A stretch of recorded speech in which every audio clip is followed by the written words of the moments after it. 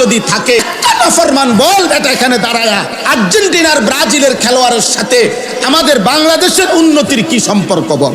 আপনি যার ভক্ত অনুরক্ত হিসাবে নিজেকে দাবি করছেন, তার অনুসারী হিসাবে তাকে আপনি গর্ব করছেন, কিয়ামতের ময়দানে আপনাকে আল্লাহ রাব্বুল আলামিন তার সঙ্গে উঠাবেন। বিশাল বড় পতাকা বানিয়েছেন। আপনার জীবনের অর্জন কি? আমার জীবনের অর্জন হলো আমি এত 100 ফিট বড় পতাকা তৈরি করেছি। আপনার জীবনের অর্জন কি?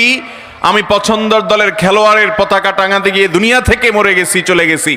একজন তথাকথিত খেলোয়াড়কে পছন্দ করে, তাকে ভালোবাসে। যে একজন হুজুরের ওয়াজ ভালো লাগে, সেই হুজুরেরও ভালোবাসে। মসজিদে 1 টাকা দিলেন না, কোনো এটিএমকে 1 টাকা দিলেন না, মাদ্রাসায় 1 টাকা দিলেন না, আর আপনি লাখ লাখ টাকা খরচ করে বিশ্বের সবচেয়ে বড় আর্জেন্টিনার পতাকা বানান। যে আপনি করতে পারেন, কিন্তু আপনার এই কর্ম আপনাকে জাহান্নামে নিয়ে যানো, এই একটি কর্ম যথেষ্ট। খেলা দেখতেছো, দেখে ফেলো, বাড়াবাড়ি করা যাবে না। আদর্শ হলেন একজন, তিনি হচ্ছেন মুহাম্মাদুর রাসূলুল্লাহ। আসসালামু আলাইকুম ওয়া রাহমাতুল্লাহি ওয়া বারাকাতুহু। প্রিয় দর্শক, আর্জেন্টিনা ও ব্রাজিলকে সাপোর্ট করা যাবে কিনা এবং এদের খেলাধুলা দেখা যাবে কিনা? আমাদের সমাজে অনেকেই বলতেছে আর্জেন্টিনা ব্রাজিলের সাপোর্ট করলে ঈমান থাকবে না। আবার কেউ কেউ বলেন তাদেরকে সাপোর্টই করা যাবে না। আবার কেউ কেউ বলতেছে যে না, তাদেরকে সাপোর্ট করা যাবে, খেলা দেখা যাবে। আসলে কোনটি সঠিক? আজকে আমরা কোরআন ও হাদিস থেকে সঠিকটি জানবো, যে আমরা কোন দলটিকে সাপোর্ট করব নাকি করব না। প্রিয় দর্শক, আজকে আমাদের বিশেষজ্ঞ প্যানেলে বাংলাদেশের বিজ্ঞ 5 জন আলেম রয়েছেন। শায়েখ আহমদুল্লাহ সহ বিজ্ঞ 5 জন আলেমের কাছ থেকে আমরা সঠিকটি জেনে আসি। চলুন আমরা শুরুতেই মুফতি আনিসুর রহমান আশরাফের বক্তব্যটি শুনে আসি। শুধু মাতৃভূমির মায়াও যদি থাকে, একটা নাফরমান বল এটা এখানে দাঁড়ায়া আর্জেন্টিনার ব্রাজিলের খেলোয়াড়ের সাথে আমাদের বাংলাদেশের উন্নতির কি সম্পর্ক বল? এ দেশের উন্নয়নে কথা বলেন না, আমাদের সাথে ওদের কি কি লেনদেন বলেন আঙ্কেল? থাকবে হুজুর, এই ফুটবল বিশ্বকাপে যদি আমরা ব্রাজিল এবং আর্জেন্টিনার পক্ষে ব্যাপক লাফাইতে পারি, বিনিময়ে ওই দেশের লোকেরা যদি আমাদের প্রতি সন্তুষ্ট হয়, তাহলে আমাদের দেশের রেমিটেন্স বেড়ে যাবে, আমাদের দেশের তেল বেড়ে যাবে, আমাদের দেশের উন্নতি বেড়ে যাবে। একটা কিছু তো হবে, বলো না আব্বা, বলো। খেলা হইলো ফুটবল, কিন্তু 3 দেশে 3টা উদ্বোধনী অনুষ্ঠান হবে। 3 দেশের সম্মিলিত আয়োজনে 3টা উদ্বোধনী অনুষ্ঠানের মধ্যে অসংখ্য নর্তকী নাচবে। তো নারীর নাচের সাথে ফুটবলের কি সম্পর্ক? দুনিয়া খুব কেয়ারফুল থাকলেও মরে যায় একেবারে খুব। আমি আমার পরিচিত একজন করোনার সময় 4 তালা একদিনের জন্য নামে নাই, ওনার পরিবার বলছে উনি মারা গেছে। আর হচ্ছে শুধু হুজুর একদিন বিকাশে, আরে মোবাইলে কোনোভাবে টাকা নাই, কেউ ফোনটা ধরতেছে না, শুধু নিচে বিল্ডিং এর ওনার নিচতলার সামনেই দোকান, নাইমা দোকানের শুধু কইছে টাকা দিত, সাথে সাথে উঠতে গেছে। এই সময়ে করোনা ধরে লাইছে, উনি মরে গেছে। সর্বোচ্চ সতর্ক অবস্থায় উনি মারা গেছে, অসতর্ক অবস্থায় কোটি কোটি মানুষ মরে নাই। বুঝেন নাই কথাটা? তাহলে মূলত সতর্কতা অসতর্কতা, সতর্ক থাকতে নিষেধ করি না, কিন্তু মূল কথা হলো 3 বেলা নিয়মিত খানা যে খায় তারও মৃত্যু হয়, অভুক্ত যে থাকে তারও মৃত্যু হয়। আমরা সবাই মিলে, আব্বা যারা বয়স্ক আছেন, বাবা আছেন, যারা অভিভাবক শ্রেণী আছেন, আপনারা যদি এই মানুষের পরিচর্যা না করেন, শুধু বিল্ডিং দালান, সোফা খাট ফার্নিচার, শুধু ছাদ ঢালাই, এই দুনিয়ার এই সম্পত্তির আসবাবের পরিচর্যা করিলে এই সমাজ নিরাপদ থাকবে না আব্বা। এই সমাজে বেঁচে থাকা কঠিন হবে। মানুষের পরিচর্যা করুন, ছেলেটাকে ছেলে বা মানুষ বানান, মেয়েটাকে মানুষ বানান। আমার মাথার চুল আমি আমার ইচ্ছা অনুযায়ী কাটবো, আর ওনার ইচ্ছা কি? ওনার ইচ্ছা হলেই ম্যারাডোনার চুল যেভাবে কাটা দেখেছে, রোনাল্ডোর চুল যেভাবে কাটা দেখেছে, অথবা বড় বড় খেলোয়াড় অমুসলিম তাদের চুল যেভাবে কাটা দেখে, তারাও সেইভাবে ফ্যাশন। রাসূল বলছেন, যে যার সাথে সাদৃশ্য গ্রহণ করলো সে তার সাথে তা হাসর নাসর হবে। একজন মুসলিম তার মুসলিম কাকে ভালোবাসবে? মুমিন মুমিনের বন্ধু হবে, মুমিন মুমিনকে ভালোবাসবে। অতএব একজন মুসলিম তার অন্তরে ভালোবাসবে ইমাম সাহেব, হারামের, মক্কার হারামের ইমাম। ওনার কণ্ঠ কেমন, আমি সেভাবে কোরআন তেলাওয়াত করার চেষ্টা করব। ওনার পোশাক কেমন, আমার পোশাক সেরকম হবে না। তো একটা ভালো আশা করলে আল্লাহ আশা সেটা পূরণ করে দেয়, পূরণ কি করে দেয়। তো আপনার আশা কি? আপনি যেন রোনাল্ডোর মতো যেন হন, আপনি তাদের এই যে এখন নতুন ফুটবল খেলা আসতেছে, সামনে আসতেছে না, মুসলমান এই যে একটু আগে বললাম ইসলাম মনে করতেছেন আমি নামাজ পড়ে এমন বড় উপকার করলাম, আল্লাহ জান্নাত যদি আমাকে না দেয় কাকে দিবা? জান্নাত আপনার খুবই কাছে, জাহান্নামও আপনার খুবই কাছে। ছোট্ট একটি কাজের বিনিময়ে জান্নাত হয়ে যেতে পারে, জাহান্নামও হয়ে যেতে পারে। আপনাকে আল্লাহ সম্পদ দিয়েছে, এই সম্পদ আপনি মসজিদে 1 টাকা দিলেন না, হ্যাঁ, কোনো এটিএমকে 1 টাকা দিলেন, আর আপনি লাখ লাখ টাকা খরচ করে বিশ্বের সবচেয়ে বড় আর্জেন্টিনার পতাকা বানাচ্ছেন। বাহ, আমার টাকা দিয়ে আমি যা ইচ্ছা তাই করি, এখানে কার কি বলার আছে? যে আপনি করতে পারেন, কিন্তু আপনার এই কর্ম আপনাকে জাহান্নামে নিয়ে যাওয়ার ওই একটি কর্ম যদি আপনার বাড়িতে এই অমুসলিমদের পতাকা, তার মানে আপনি তাদেরকে সাপোর্ট করেন। আমাদের দেশে হুজুররা পর্যন্ত মিলাদ করে তাদের দোয়া করতেছে আর্জেন্টিনা যেন জিতে, আর এক দল বলতেছে ব্রাজিল যেন জিতে। হাই রে মূর্খ মুসলমান! তাহলে এই সমস্ত মুসলমান এরা আবার মসজিদ ভাঙার জন্য লাঠি নেবে। ইসলাম আপনার মুখের কথা না, ইসলাম হলো আবেগের জিনিস না। দুঃখের সাথে বলতে হয়, ইসলাম মুসলমানের ভিতরে ইসলামী শিক্ষা চেতনা না থাকার কারণে মুসলমানদের কোনো চেতনা নাই যে আমার দ্বারা কোনটা কর্ম করা বৈধ আর কোনটা কর্ম করা বৈধ নয়। অমুসলিমকে ভালোবাসা, হ্যাঁ, অমুসলিমদের সাথে ভালোবাসা কিছু প্রকাশ করা, আপনি আর্জেন্টিনা হোক, ব্রাজিল হোক, অমুসলিম, এমনকি সৌদি আরবের খেলোয়াড় কেন হোক, এই হ্যাঁ যেই খেলার মধ্যে সতর খুলে দেওয়া হয়, যেই খেলার মধ্যে শরীয়তের কোনো শিক্ষা নেই, সময় অপচয়, এবং যেই খেলা হ্যাঁ মানুষের সময় নষ্ট করে দেয়, মানে সালাত নষ্ট করে দেয়, সেই খেলাকে বৈধ হবে? খেলার জন্য আমরা জান মাল দিয়ে ভালোবাসতেছি, অমুসলিমকে আমরা সাপোর্ট করতেছি, তার জন্য দোয়া করতেছি, আপনার সবগুলি কর্ম কিন্তু ইসলাম বিরোধী কর্ম। প্যান্ট ছিঁড়ে গেলে তো মানুষ ছিঁড়ে গেলে দর্জির কাছে, আর এখন ছিঁড়া প্যান্টের নাকি দাম বেশি। আপনি যার ভক্ত অনুরক্ত হিসাবে নিজে দাবি করছেন, তার অনুসারী হিসাবে তাকে আপনি গর্ব করছেন, কিয়ামতের ময়দানে আপনাকে আল্লাহ রাব্বুল আলামিন তার সঙ্গে উঠাবেন।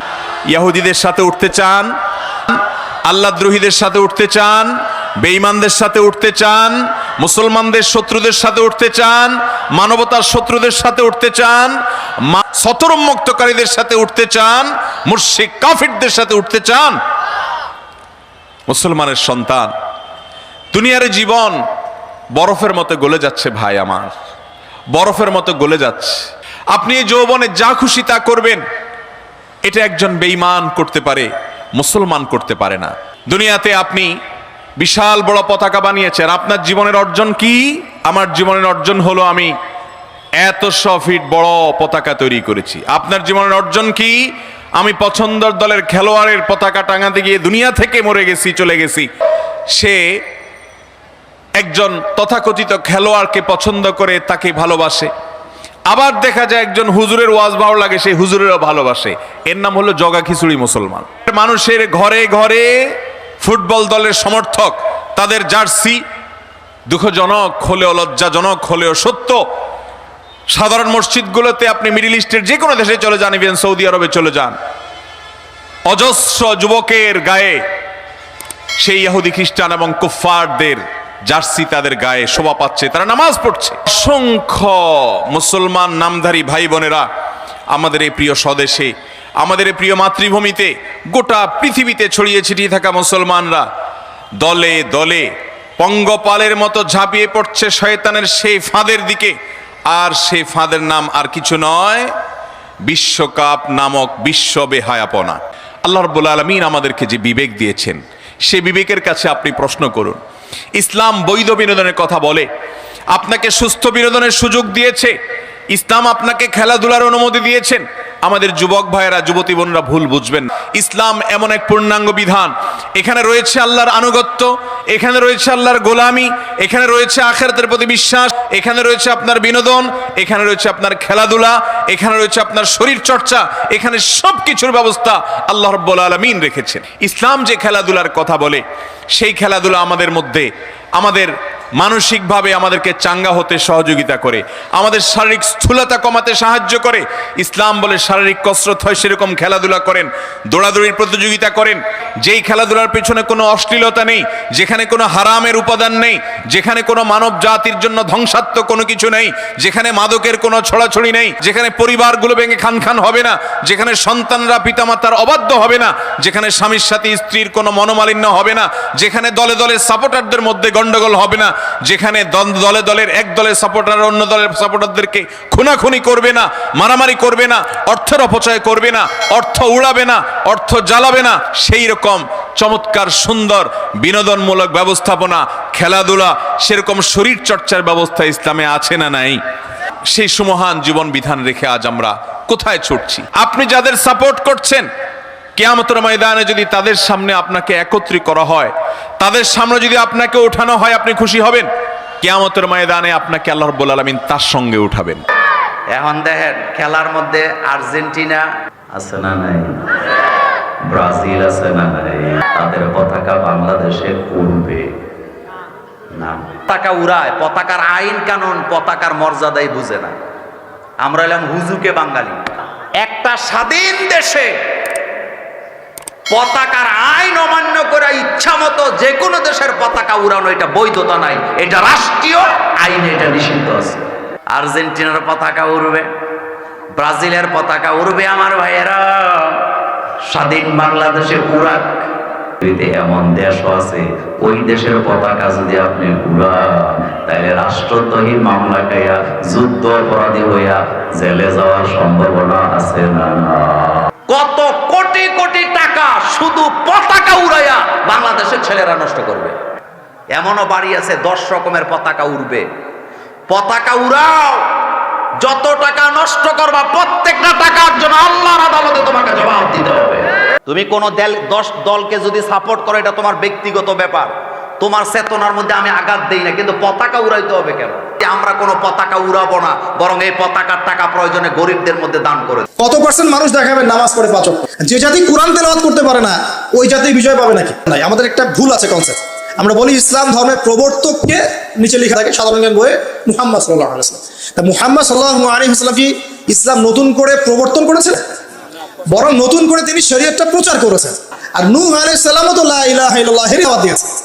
আদম আলাইহিস সালাম কিসের দাওয়াত দিয়েছেন? লা ইলাহা ইল্লাল্লাহ। প্রত্যেক নবী কিসের দাওয়াত দিয়েছেন? ফিরআউনের সামনে মুসা কি বলেছেন? আল্লাহ ছাড়া কোনো ইলাহ নাই, তুমি তার ইবাদত করো। প্রত্যেক নবী লা ইলাহা ইল্লাল্লাহ এর দাওয়াত দিয়েছেন। নবী সাল্লাল্লাহু আলাইহি ওয়াসাল্লামের সময় এটাকে রিফর্ম করা হয়েছে, মানে শরীয়তটাকে নতুন নবায়ন করা হয়েছে। এই যে নেইমার আর মেসির ফলোয়ার যারা আছে না, আছে, এরা কি মুসলিম না মুসলিম? এদের বাবা মুসলিম না মুসলিম? তাহলে গরুর গোশত খেলেই যদি মুসলিম হয়, আর নাম আব্দুল্লাহ আব্দুর রহমান হলেই যদি মুসলিম হওয়া যায়, তাহলে আবু জাহেলও মুসলিম ছিল। আবু জাহেল, আবু লাহাব, উতবা, সাইবা সবাই আল্লাহকে বিশ্বাস করত। তারা বিশ্বাস করতো আল্লাহ বলে একজন আছেন, আল্লাহ জীবন দেন, আল্লাহ মারেন, এই বিশ্বাস ওদের ছিল। আল্লাহ পাকের বিধান মেনে চলতে হবে, এটা মানতো। ক্ষেত্রে মন করা বিধান। প্রিয় দর্শক, এতক্ষণ আমরা শুনছিলাম বাংলাদেশের বিজ্ঞ 5 জন আলেমের কাছ থেকে যে বিশ্বকাপ ফুটবল খেলায় আমরা কোন দলকে সাপোর্ট করব, আর্জেন্টিনা নাকি ব্রাজিল নাকি অন্য কোনো দল সাপোর্ট করতে পারবো নাকি পারবো না, সে বিষয়ে আমরা শুনছিলাম বিজ্ঞ আলেমদের কাছ থেকে। প্রিয় দর্শক, ব্রাজিল আর্জেন্টিনা, আপনি কোনটাকে সাপোর্ট করবেন সেটা আপনার বিষয়, কিন্তু সাপোর্ট করার আগে আপনার কিছু কথা মানতে হবে এবং মেনে চলতে হবে। মুসলমানদের আইডল হচ্ছে নবী করিম সাল্লাল্লাহু আলাইহি ওয়াসাল্লাম। আপনি খেলা দেখেন বা দেখতে পারেন, আপনাকে আইডল হিসেবে মেনে নিতে হবে নবী করিম সাল্লাল্লাহু আলাইহি ওয়াসাল্লামকে। প্রিয় দর্শক, আমরা এখানে বিজ্ঞ 5 জন আলেমের কথাগুলি শুনলাম। এই 5 জন বিজ্ঞ আলেমের মধ্যে থেকে যার কথাগুলি কোরআন হাদিসের দলিল ভিত্তিক মনে হবে, আমরা তার কথাটাই, তার মতটাই গ্রহণ করে নিব ইনশাআল্লাহ। সর্বোপরি আল্লাহ তাআলার কাছে দোয়া করি, আল্লাহ তাআলা আমাদের সবাইকে যেন সকল প্রকার শয়তানের ধোঁকা থেকে, শয়তানের কাজ থেকে আল্লাহ তাআলা আমাদেরকে যেন হেফাজত করেন। আল্লাহ তাআলা আমাদের সবাইকে যেন কোরআন ও সুন্নাহর সহিহ পথে, সঠিক পথে আমাদেরকে যেন পরিচালিত করেন। প্রিয় দর্শক, আমরা একেবারে ভিডিও শেষ প্রান্তে চলে এসেছি। আজকের মতো আমি মিনাউল ইসলাম এখানে বিদায় নিচ্ছি। দেখা হবে অন্য কোনো ভিডিওতে। সে পর্যন্ত সকলে ভালো থাকবেন, সুস্থ থাকবেন। আসসালামু আলাইকুম ওয়া রাহমাতুল্লাহি ওয়া বারাকাতুহু।